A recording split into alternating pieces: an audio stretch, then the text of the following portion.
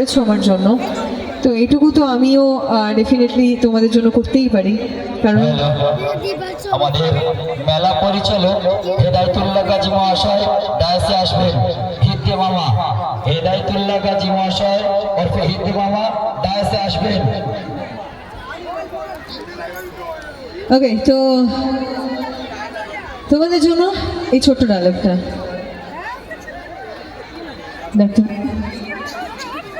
আপনি তো সবার কথা বললেন, কই রূপার কথা তো বললেন না? রূপা কোথায়? কি হলো, চুপ করে আছেন কেন? বলুন রূপা কোথায়? চুপ করে থাকবেন না, বলুন রূপা কোথায়? ও, তার মানে রূপাকে আপনি খুঁজে পাননি? আর এই প্রশ্নটা আপনার সামনে দাঁড়িয়ে আমি এখন করছি, এটা কি করে হলো? আমি তো আপনার ভরসা দুই মেয়ের হাত ছেড়ে দিয়েছিলাম নিজের জীবনটা স্যাক্রিফাইস করে, কিন্তু এখন এখন আমি রূপাকে কোথায় খুঁজবো? আপনি ওইটুকু মেয়ের হাত কি করে ছেড়ে দিতে পারলেন?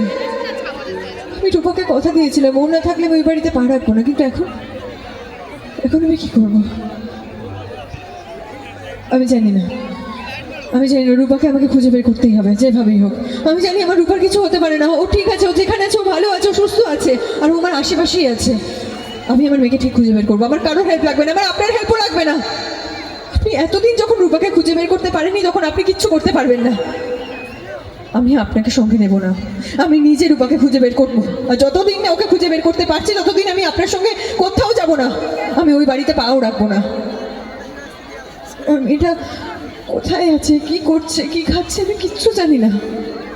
আমি যতদিন না ওকে খুঁজে বের করতে পারবো ততদিন আমি শান্তি পাবো না। মেয়ে মাকে ঠিক খুঁজে বের করবে, করবেই। Thank you so much.